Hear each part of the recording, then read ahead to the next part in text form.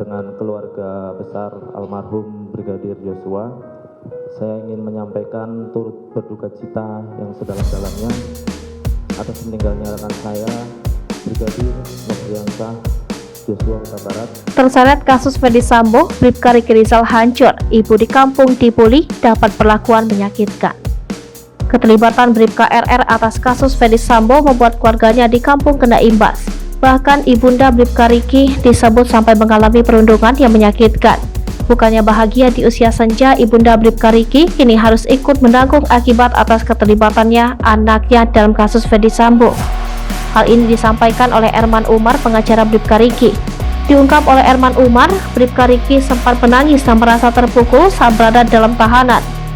Salah satu hal yang membuat Ricky sedih, kata Erman, adalah perundungan yang dialami orang tuanya yang tinggal di Desa Kuntili, Kecamatan Sumpiuh, Kabupaten Banyumas. Erman mengatakan saat itu keluarga Ricky sama sekali tidak menerima surat pemberitahuan penetapannya sebagai tersangka pembunuhan berencana terhadap Brigadir J.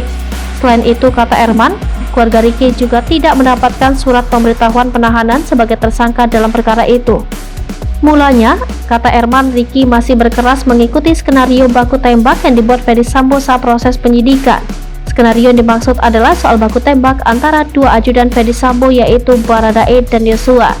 Dalam skenario itu juga disebutkan Yosua dituduh melecehkan istri Sambo, Putri Chandrawati. Menurut Erman, sikap Ricky mulai berubah saat dia diminta keluarga untuk menjadi kuasa hukum anaknya.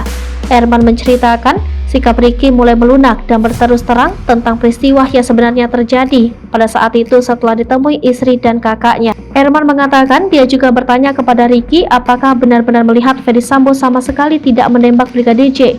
Menurut Erman, Ricky mengaku sempat tidak melihat langsung ketika penembakan terhadap Yosua.